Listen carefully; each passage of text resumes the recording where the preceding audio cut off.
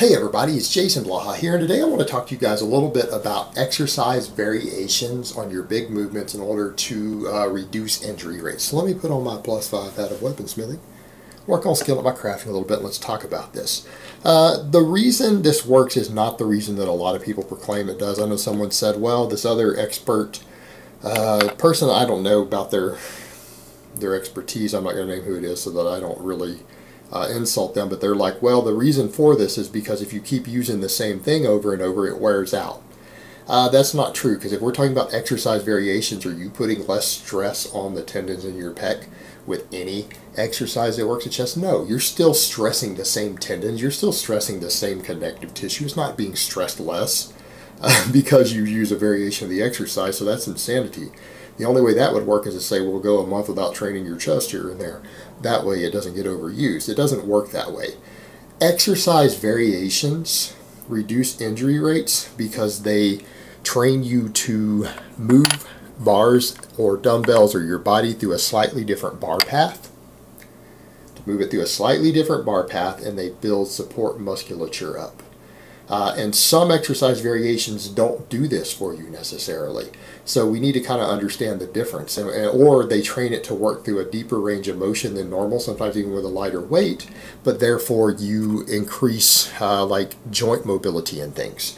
You increase the ability of muscles to take a deeper stretch sometimes than you do on your big exercises. Therefore, if something kind of goes wrong, they're less likely to get hurt.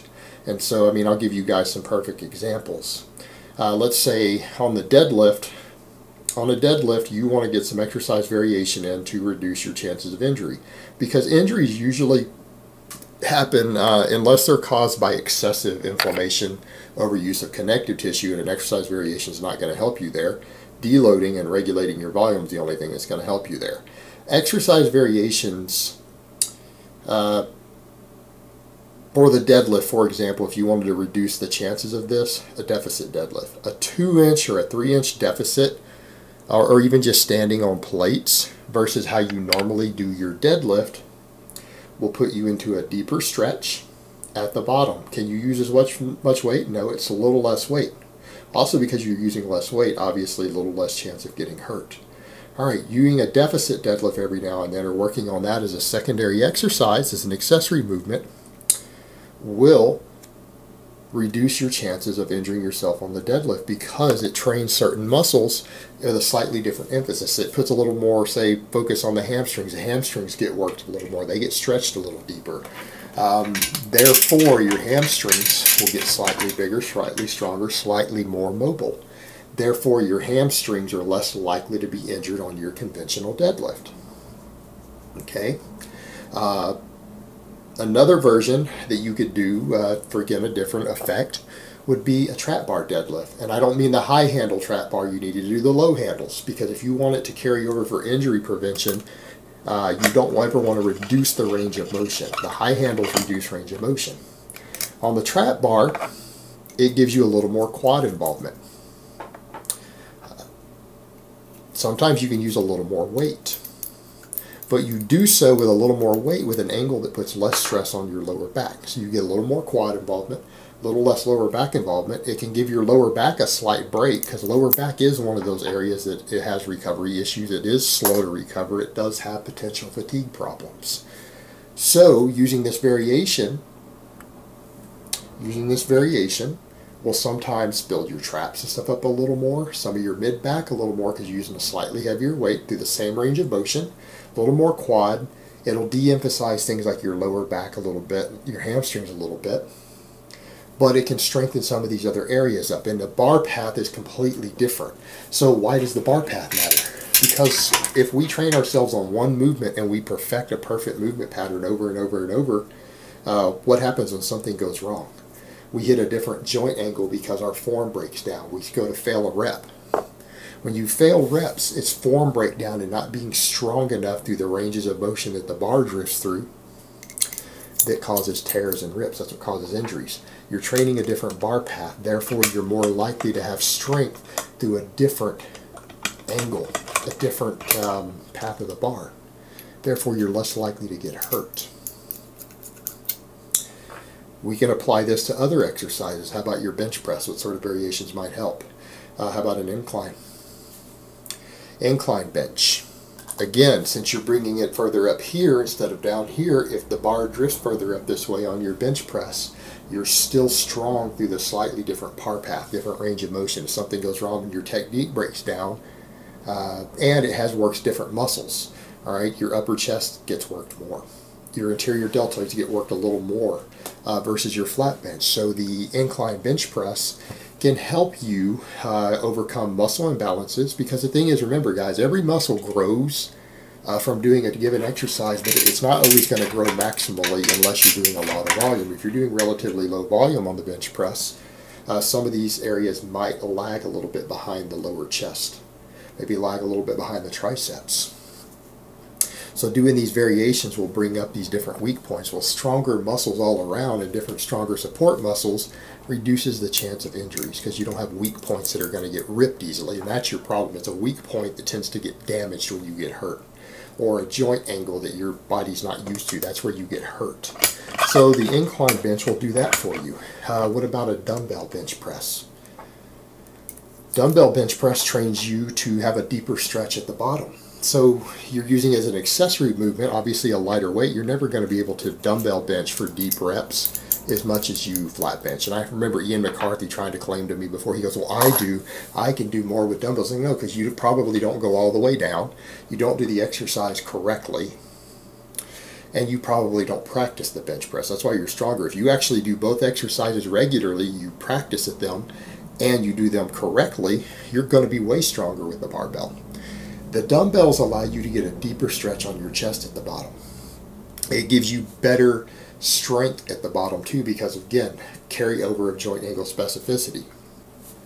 So someone who does a fair amount of deep stretches with lighter dumbbell bench presses is training their chest, training their pecs, training their insertions, their joints to stretch deeper and get stronger at the bottom. All right, what does that mean in terms of the mobility?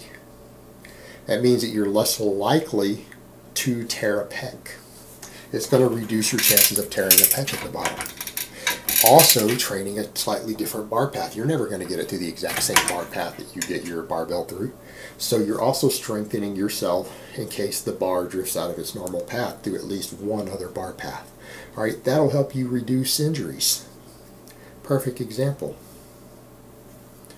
Variations, overhead pressing, same thing.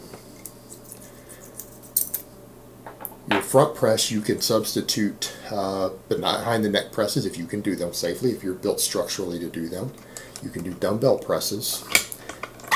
Again, building up different support musculature. Building up support musculature, reducing chances of muscle imbalances, because muscle imbalances cause injuries. Muscle imbalances cause injuries. Lack of support musculature.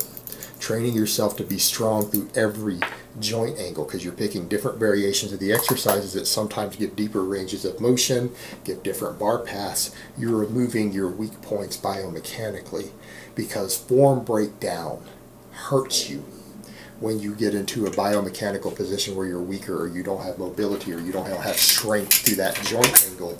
That's when you get hurt. That's when stuff tears. These variations can help you to do that. And these variations usually carry over. They're working the same muscles, so they're building muscle mass in areas that you're using for the main exercises. Well, if they're building muscle mass you use for the main exercises, that's going to make you stronger. I mean, neural learning and motor unit learning of doing the exercise is part of the strength, but a big part of your strength is the muscle mass. And since they're potentially shoring up weak points, you're less likely to get hurt.